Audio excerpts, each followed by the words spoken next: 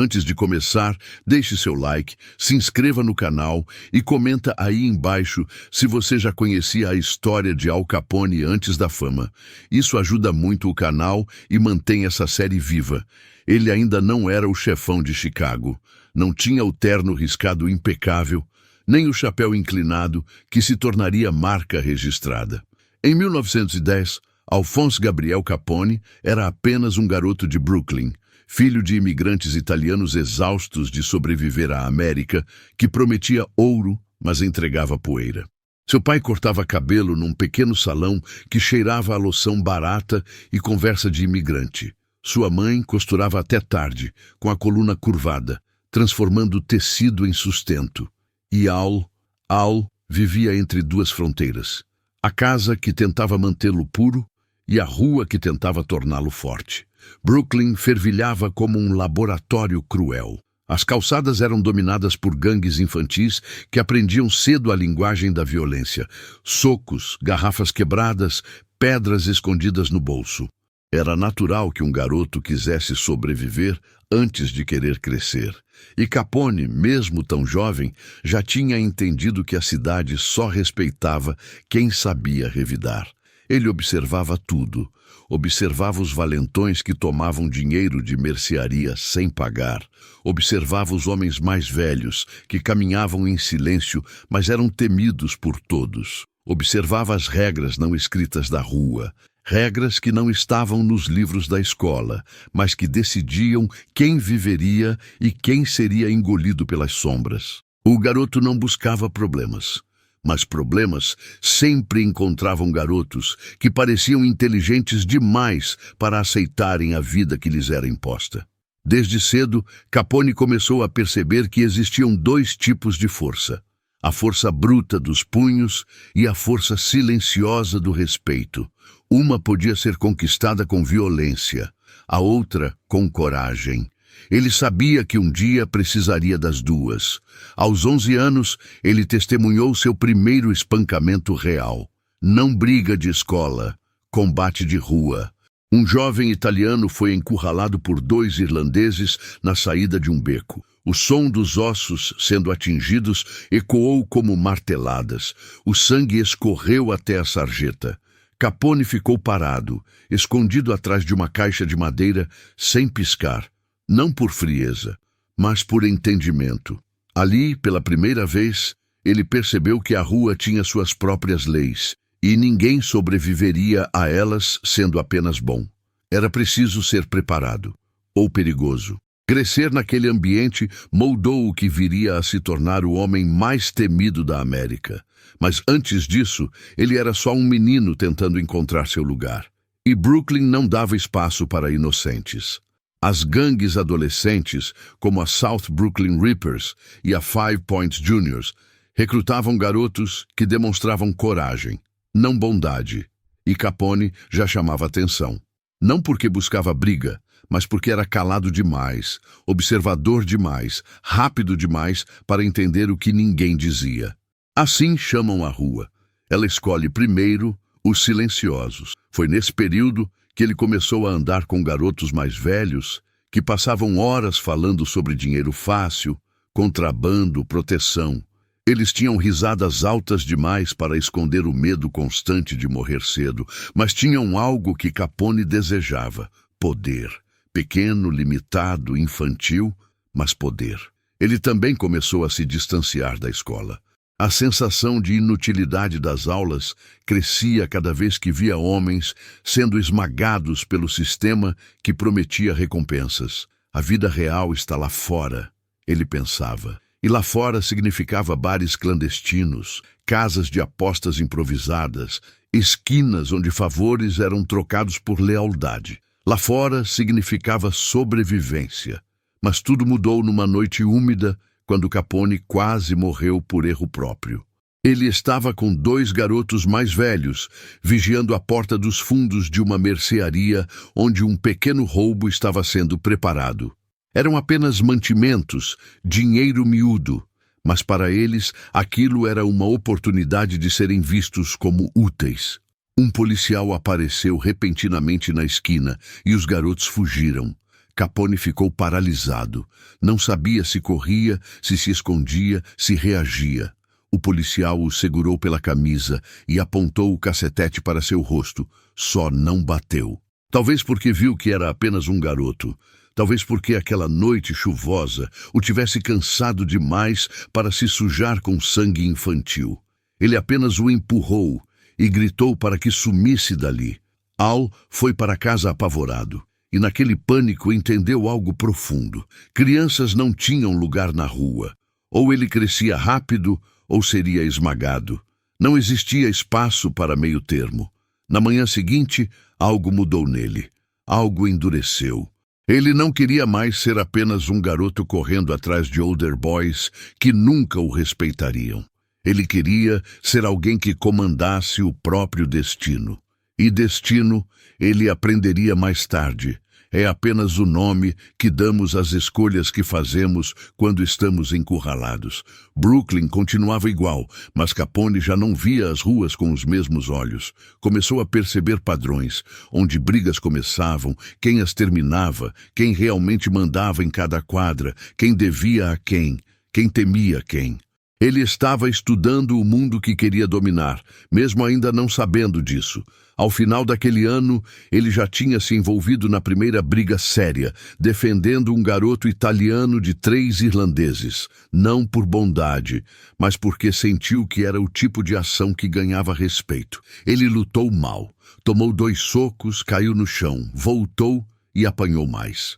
Mas não correu.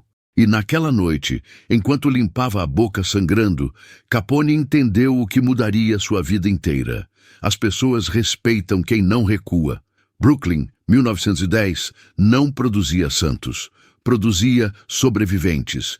E Capone estava prestes a deixar de ser apenas um espectador do caos. Passo a passo, soco a soco, olhar a olhar, ele estava aprendendo a matar, não apenas com armas, mas com postura, com coragem, com frieza. O garoto estava desaparecendo. Em seu lugar, nascia algo mais perigoso. Antes de começar este capítulo, deixe seu like, se inscreva no canal e comenta aí embaixo se você imaginava essa versão jovem de Al Capone. Isso ajuda muito o canal a continuar trazendo histórias profundas como essa. Capone já tinha entendido que Brooklyn não era um lugar para quem esperava proteção. A rua não acolhia. A rua selecionava, e quando o garoto completou 12 anos, ela decidiu que ele estava pronto para ser testado de verdade. Não seria mais apenas espectador, seria peça do tabuleiro. Foi nessa época que ele conheceu o primeiro homem que realmente moldaria sua visão de mundo, Johnny Torrio. Não era ainda o grande estrategista do crime que se tornaria anos depois, mas já era alguém que controlava pequenos territórios com disciplina quase militar. Torrio não gritava, não ameaçava, não exibia força. Ele mandava com calma. Ele dava ordens como quem oferece conselhos. E isso, para Capone, era mais assustador do que qualquer grito. O encontro não foi intencional.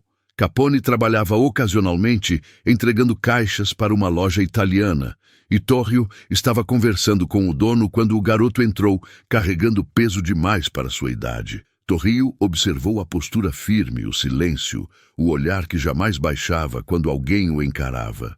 Reconheceu nele algo raro, prontidão. Esse garoto é esperto, Torrio comentou ao dono da loja. Capone fingiu não ouvir, mas aquelas palavras ficaram gravadas como tatuagem. Torrio o estudou por alguns segundos, depois acenou com a cabeça e saiu. Para muitos garotos, aquilo seria apenas uma cena comum. Para Capone, foi convite. Semanas depois, ele soube que Torrio comandava um pequeno grupo conhecido por organizar apostas clandestinas e fornecer proteção a comércios italianos. Não era exatamente uma gangue, era mais um embrião de organização. Capone passou dias observando homens entrando e saindo de um depósito abandonado que servia como ponto de reunião. Observava discretamente, fingindo carregar mantimentos ou apenas caminhar sem rumo. Um dos homens de Torrio o abordou certa noite. Era baixinho, robusto, com olhos duros como aço e um sorriso que nunca chegava aos lábios. O chefe sabe que você anda olhando. Se quer alguma coisa, fala. Se não quer, para de olhar. Não era ameaça, era regra. Capone hesitou por apenas um segundo e respondeu: quero aprender. O homem ergueu a sobrancelha, como quem avalia a coragem de um filhote de lobo prestes a tentar uivar pela primeira vez. Aprender o quê? Capone respirou fundo. Aprender a ser alguém. Ele foi levado ao depósito. Lá dentro, o cheiro era mistura de cigarro, suor e madeira velha. Homens conversavam baixinho, trocando informações, calculando apostas, estudando rotas de entrega. Era um mundo totalmente diferente do caos infantil das gangues de rua. Ali havia ordem, havia hierarquia, havia propósito. Torrio estava em uma mesa, anotando algo num caderno. Ele não olhou imediatamente para Capone. Apenas quando terminou de escrever, levantou o rosto e encarou o garoto como se estivesse tentando enxergar seu futuro dentro daqueles olhos. Você tem disciplina? Perguntou. Tenho. Tem medo? Todo mundo tem. E corre quando o medo aperta? Não. Então talvez tenha utilidade. Capone foi colocado para fazer trabalhos simples, vigiar entradas, observar movimentos de rivais, entregar bilhetes selados. Nada glamuroso, nada violento. Mas para ele, aquilo era como entrar pela primeira vez no interior de uma máquina e descobrir engrenagens que ninguém via. E ele queria saber como todas funcionavam. Com o tempo, começou a entender o que Torrio realmente ensinava. Violência era ferramenta, não identidade. Ganhava quem sabia quando não usá-la. Apavorava quem sabia esperar. Dominava quem conhecia os outros melhor do que eles próprios. Capone absorvia tudo, silenciosamente, precisamente. Mas a rua, essa não dava tréguas. E foi num fim de tarde, com o céu cinza e o cheiro de chuva suspenso no ar, que Capone recebeu sua primeira lição fatal. Ele estava na porta dos fundos de um bar italiano que era protegido pelo grupo de Torrio. Nada importante, só garantir que 2 irlandeses que rondavam a região não metessem o nariz onde não deviam. Capone tinha a postura firme, como sempre, mas não havia aprendido ainda a reconhecer o momento exato em que o perigo chegava sem fazer barulho. Vieram rápido, 2 rapazes irlandeses, um com corrente na mão, outro com faca curta. Não falaram nada. Atacaram. A corrente atingiu a têmpora de Capone, arrancando-lhe o equilíbrio por um instante. O garoto caiu de lado, mas não desmaiou. O segundo irlandês avançou com a faca e Capone rolou instintivamente, sentindo o metal rasgar sua camisa. O sangue quente escorreu pelo braço. Ele nunca tinha lutado por sobrevivência real. Nas brigas de rua, a intenção era derrubar. Ali, a intenção era matar. Capone tentou se levantar, mas a corrente veio de novo, cortando o ar. Ele recuou, tropeçou, escorregou no chão úmido. O irlandês da faca sorriu, um sorriso estreito, cruel, de quem já matou antes. Era a primeira vez que Capone encarava nos olhos alguém disposto a tirar sua vida sem hesitar. E foi ali, naquele instante de quase morte, que ele encontrou algo dentro de si que ainda não conhecia. Fúria estratégica. Não uma raiva impulsiva, mas uma raiva que pensa. Uma raiva que age. Quando o irlandês atacou de novo, Capone puxou do chão um pedaço de madeira quebrado. Não era a arma digna de um homem. Era improviso, mas foi o suficiente. Ele golpeou o joelho do atacante. O homem caiu. A faca deslizou pelo chão. Capone avançou e, sem pensar, pisou no pulso do irlandês com toda a força que tinha. O homem gritou. A faca escapou. Capone pegou. E naquele segundo, a rua ficou em silêncio dentro dele. Um silêncio que dizia, ou ele ou você. Capone hesitou. Era a primeira vez que carregava uma arma branca com intenção de usá-la. A primeira vez em que sua mente admitia a possibilidade do irreversível. Mas não precisou decidir. O outro irlandês, vendo o parceiro ferido, recuou. Engoliu a coragem e correu sem olhar para trás. Capone ficou ali, respirando fundo, suando frio, segurando a faca como se ela tivesse peso maior que o mundo. Ele não matou naquele dia, mas aprendeu que poderia, aprendeu que seria capaz, e aprendeu que não era mais criança. Quando Torrio soube do ocorrido, apenas respondeu: "Agora você entende por que ensinamos antes de mandar lutar." A partir daí, Capone deixou de ser apenas aprendiz. Tornou-se promessa. A rua havia reconhecido seu nome. Antes de começar este capítulo, deixa o like, se inscreve no canal e comenta aí embaixo se você está acompanhando essa transformação do jovem Al Capone. Seu apoio mantém essa série viva. Capone não era mais o garoto que observava do canto da rua. Depois do ataque dos irlandeses, algo mudou profundamente nele. O medo deixou de ser uma barreira e se tornou um aviso que ele sabia interpretar. O respeito começou a surgir nas esquinas estreitas de Brooklyn, na forma de olhares prolongados, cumprimentos curtos, portas que antes se fechavam e agora permaneciam entreabertas quando ele passava. A dor tinha ensinado, a sobrevivência tinha moldado, e Torrio percebeu isso antes de qualquer outro. O chefe, como muitos chamavam, aproximou Capone do coração do grupo. Não era generosidade, era cálculo. Torrio via nele um reflexo de si mesmo. Alguém que aprendia rápido, que não falava mais do que o necessário, que não pedia aprovação para existir. Um garoto assim podia se tornar um homem perigoso ou um aliado valioso. Torrio queria tê-lo do lado certo antes que alguém o moldasse de forma diferente. Capone começou a acompanhar homens mais velhos em pequenas negociações. Eram transações aparentemente simples: recolher pagamentos de proteção, entregar envelopes a donos de bares, vigiar entradas de becos durante encontros rápidos. Nenhuma dessas tarefas parecia grandiosa, mas todas tinham propósito. Cada uma mostrava a Capone parte de um mecanismo maior. Como uma palavra dita no tom errado podia iniciar uma guerra de bairros. Como uma dívida não paga podia disparar uma cadeia de violência. Como a lealdade era a moeda mais rara e valiosa das ruas italianas. O garoto observava tudo com atenção quase clínica. Ele entendia quem tinha medo, quem fingia coragem, quem mentia pela voz, quem mentia pelo olhar. Era como se estivesse colecionando informações invisíveis que mais tarde usaria como arma. E começava a notar algo muito particular. Homens fortes às vezes morriam cedo demais. Homens inteligentes quase nunca eram surpreendidos. Foi nesse período que Capone fez sua primeira cobrança real. Torrio o levou até uma padaria pequena, administrada por um italiano baixo, de bigode grosso e olhar inquieto.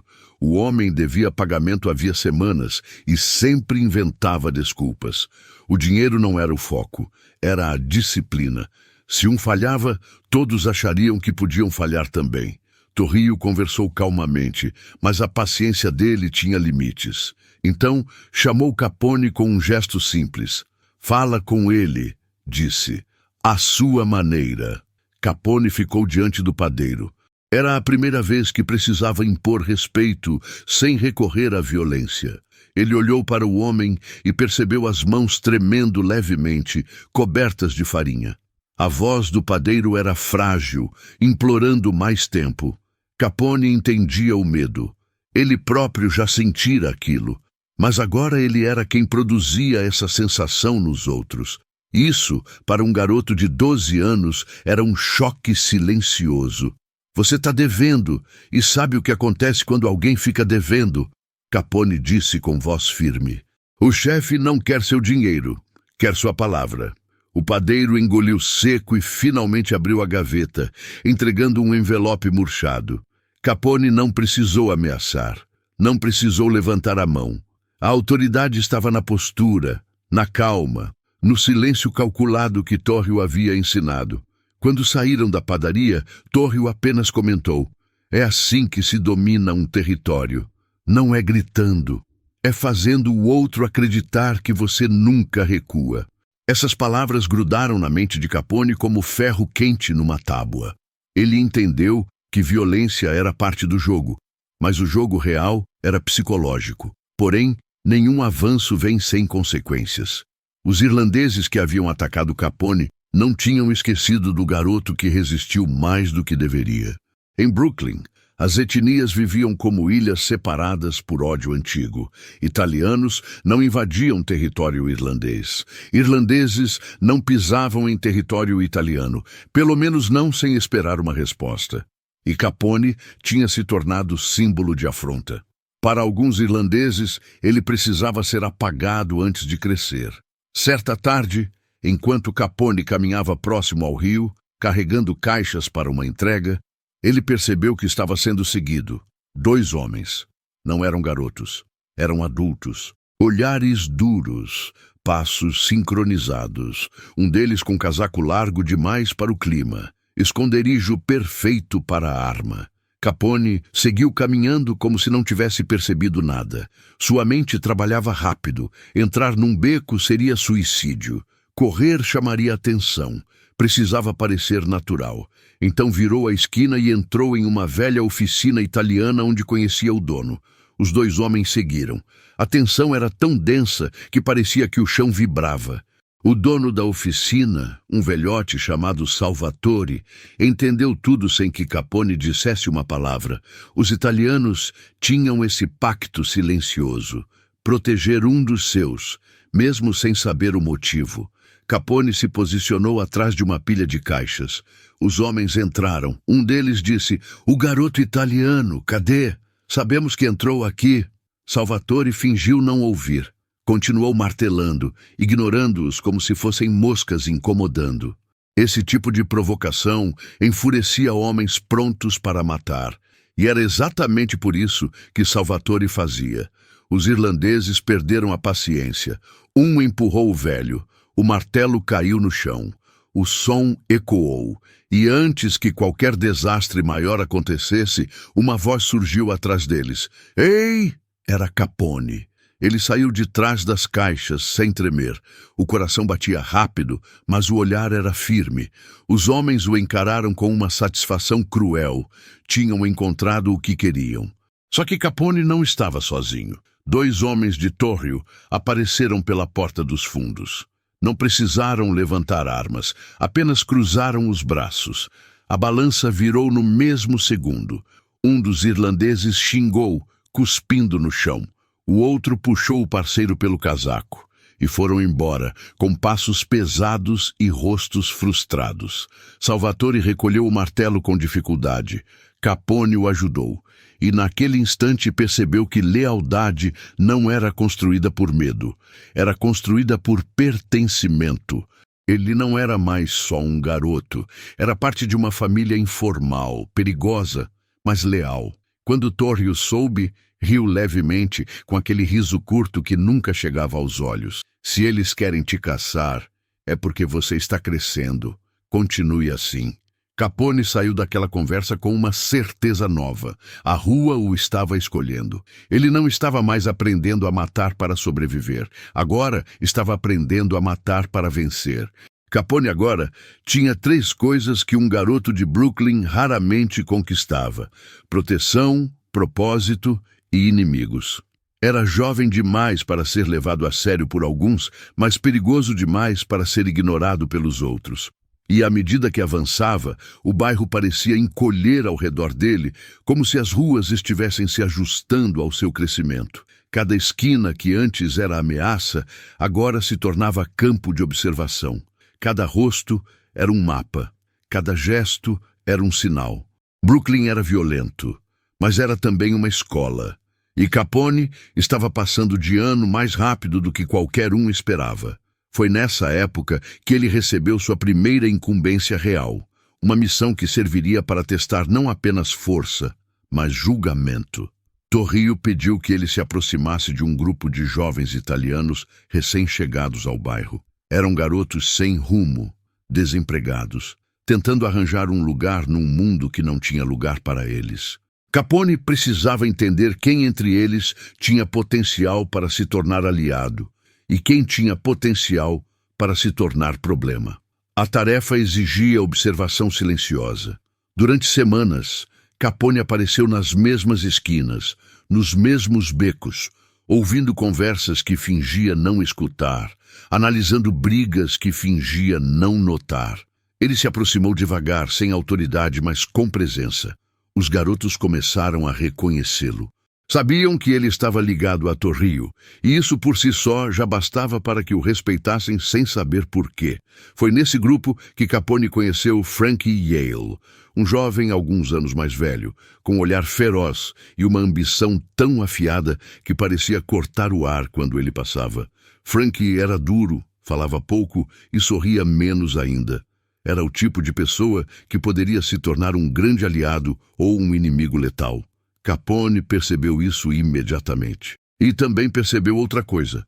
Frankie estava em ascensão. Ele queria poder, queria território, queria seu próprio nome ecoando nas ruas. Torrio sabia disso.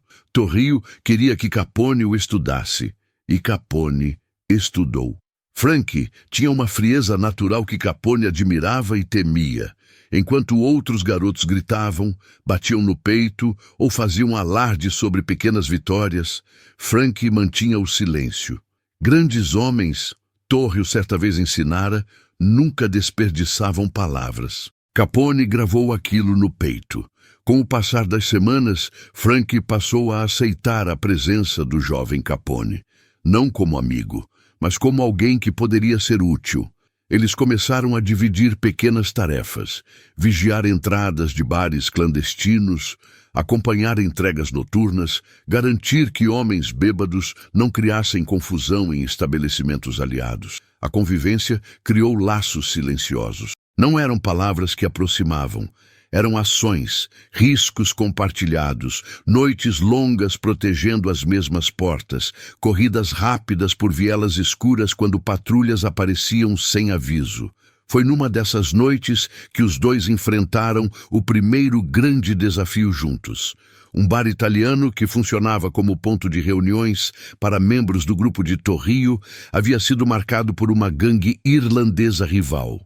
As tensões entre italianos e irlandeses estavam escalando novamente, e aquele local era visto como símbolo.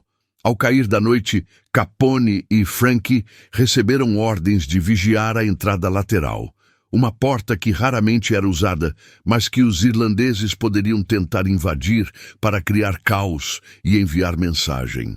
Capone sentiu que algo estava errado logo no início.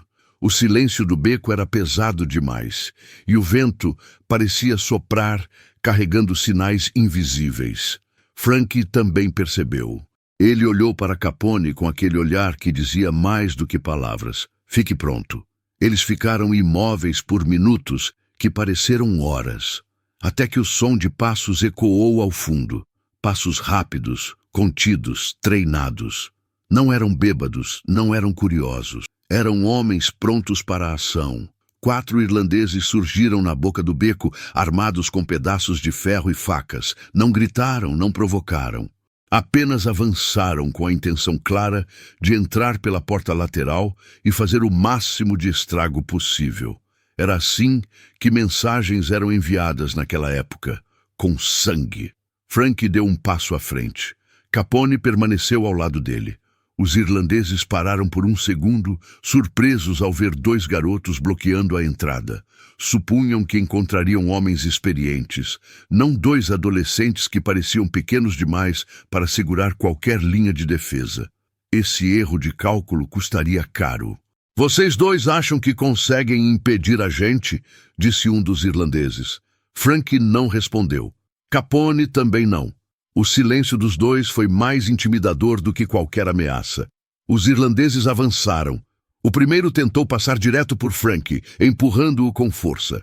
Frankie desviou, agarrou o braço do homem e o jogou contra a parede com rapidez surpreendente. O segundo veio com a faca, mirando Capone. Ele recuou, sentiu a lâmina cortar o ar perto do rosto e reagiu instintivamente. Segurou o pulso do atacante com ambas as mãos e torceu com força. O homem gritou e a faca caiu no chão. Mas havia mais 2 vindo logo atrás. Um tentou pular sobre Capone para agarrá-lo pelo pescoço. Frankie o interceptou com um golpe seco na costela, usando o cabo de madeira de uma caixa próxima. O último irlandês veio por trás, armado com ferro. Capone só percebeu quando ouviu o assobio do metal cortando o ar. Ele se abaixou no último instante, sentindo o calor do golpe passar acima de sua cabeça. A luta foi curta, brutal e silenciosa. Os irlandeses não esperavam resistência, menos ainda resistência organizada. Em minutos, estavam recuando, carregando um dos seus feridos e xingando entre dentes. Capone e Frank permaneceram ali, respirando pesado, mas sem demonstrar fraqueza. "Você aprende rápido", Frank disse pela primeira vez, limpando o sangue do canto da boca. "Eu observo", Capone respondeu. "Então vai longe." Foi naquela noite, naquela troca curta e seca, que se formou um elo invisível entre os dois. A partir dali, eles se tornariam mais que colegas. Tornar-se-iam parceiros. E essa parceria definiria boa parte do futuro de Capone. Torrio ficou satisfeito quando soube. Não expressou em palavras, mas colocou Capone em posições cada vez maiores. Mais riscos, mais responsabilidades, mais portas que antes ele não podia atravessar. E assim, devagar, sem alarde, Al Capone começou a subir degrau por degrau de uma escada que ninguém imaginava que um garoto de Brooklyn poderia escalar. Uma escada cujo topo era tão brilhante quanto mortal. Antes de começar este capítulo, deixa o like. Se inscreve no canal e comenta aí embaixo o quanto essa ascensão do jovem Capone está te prendendo.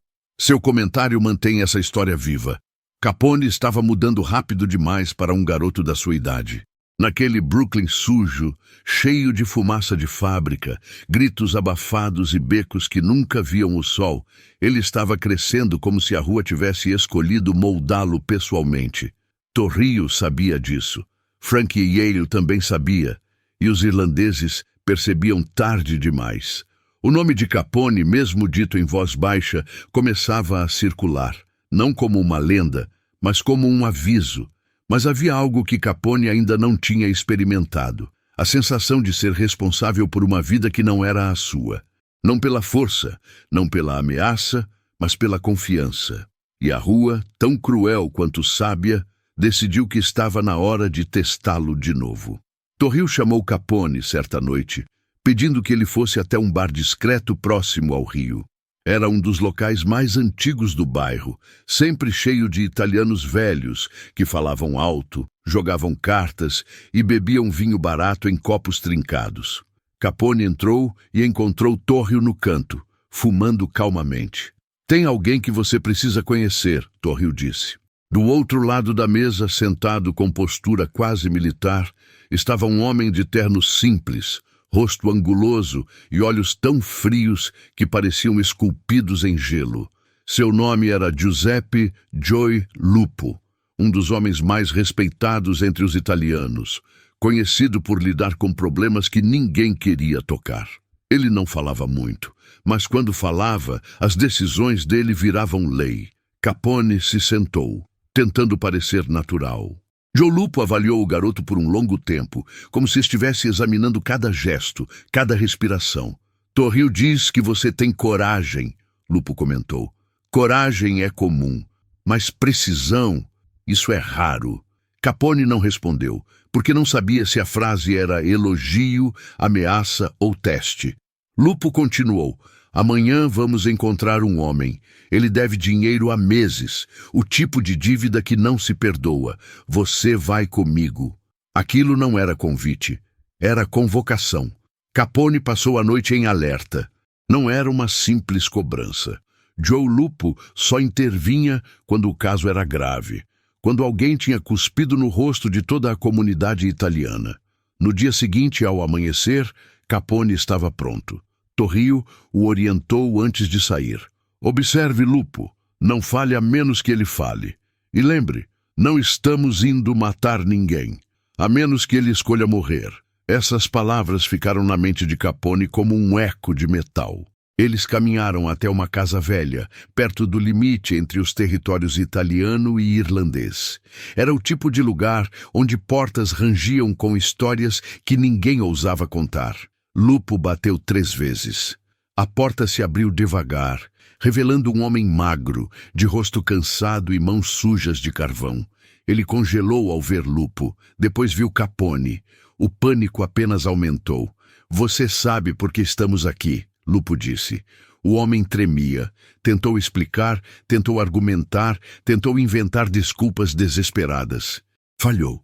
Lupo não levantou a voz. Apenas deu um passo à frente. Capone percebeu algo naquele instante. A rua ensina violência. Os homens ensinam estratégia. Mas o medo é o que realmente decide tudo. E aquele homem estava dominado por ele. Você tinha prazo, Lupo continuou. Foi avisado 2 vezes. Agora não tem mais conversa. O homem caiu de joelhos implorando. Lupo olhou para Capone. É assim que muitos terminam, implorando por uma chance que jogaram fora. Você sabe o que fazemos agora? Capone engoliu seco. Sabia que qualquer resposta errada poderia ser interpretada como fraqueza. E fraqueza era morte. Mostramos que palavra tem peso, Capone respondeu. Lupo assentiu. Eles não mataram o homem, não naquele dia. Mas Lupo o fez entender, com precisão dolorosa, que nunca mais poderia falhar. Capone assistiu tudo em silêncio. Não era uma cena sangrenta, era uma cena psicológica. Uma aula, um aviso. Na volta, Lupo disse apenas: homens obedecem por medo, mas os mais perigosos obedecem por respeito. Descubra qual deles você vai ser. Era a primeira vez que alguém colocava essa pergunta diretamente sobre Capone. Ele não respondeu, mas a dúvida ficou presa dentro dele como um espinho. Nos dias seguintes, Capone começou a participar de tarefas mais delicadas. Ora era vigiar uma reunião secreta de aliados italianos, ora era acompanhar Torrio em negociações com comerciantes que queriam proteção. Ele estava aprendendo o que realmente movia as ruas: favores. Favores criavam alianças, alianças criavam poder, poder criava impunidade. E aos poucos, o garoto sentia que estava ultrapassando uma fronteira invisível. Não era mais aprendiz, não era mais apenas promessa. Estava se tornando alguém cuja presença em uma conversa podia mudar decisões, mesmo que ninguém assumisse isso abertamente. Mas, se subir significava ser visto significava atrair inimigos. E os irlandeses, agora mais organizados, queriam apagar qualquer semente de liderança italiana que estivesse crescendo rápido demais. Frank Yale veio avisar numa noite. Eles estão planejando te pegar de novo. Dessa vez, não vão falhar. Capone respirou fundo. Não era surpresa. Só era questão de tempo. Você tem 2 caminhos agora, Frank continuou. Ou foge e se torna mais um nome esquecido, ou encara e prova que não é mais garoto. Capone respondeu sem hesitar. Eles é que deveriam fugir. A frase não era arrogância, era convicção. E convicção é o primeiro sinal de liderança. A oportunidade veio 2 dias depois. Capone estava caminhando sozinho quando 3 irlandeses emergiram de um beco estreito, fechando sua rota. Tinham madeira, facas e o tipo de ódio que dá coragem a covardes. Mas Capone não recuou. Ele sabia que Frank estava observando de algum ponto invisível, preparando emboscada, caso as coisas saíssem do controle. Torrio também sabia que o ataque viria. Este era o verdadeiro teste. Os irlandeses avançaram. Capone não tentou conversar, não tentou intimidar. Fez o que Torrio sempre ensinou. Esperou o movimento certo. O primeiro veio rápido. Capone desviou, agarrou seu braço e o usou como escudo contra o segundo. O terceiro tentou cortar pelas costas. Capone girou. A lâmina passou perto demais. A luta virou caos, gritos, socos, madeira quebrando, sangue escorrendo. E então, como surgindo das sombras, Frank apareceu com 2 homens de Torrio. A batalha terminou em segundos. Os irlandeses fugiram, humilhados mais uma vez. Capone ficou parado, peito arfando, mãos tremendo pela descarga de adrenalina. Frank colocou a mão no ombro dele. Você não é mais garoto. A partir de hoje, todo mundo sabe disso. E realmente sabiam. Naquela noite, Capone percebeu que tinha atravessado um ponto sem volta. Ele não estava apenas aprendendo a matar, estava aprendendo a liderar. Brooklyn não o moldava mais. Agora era ele quem começava a moldar Brooklyn. E todo mundo que viveu naquele bairro entre 1910 e 1911 sabia: quando um garoto assim cresce, o mundo treme.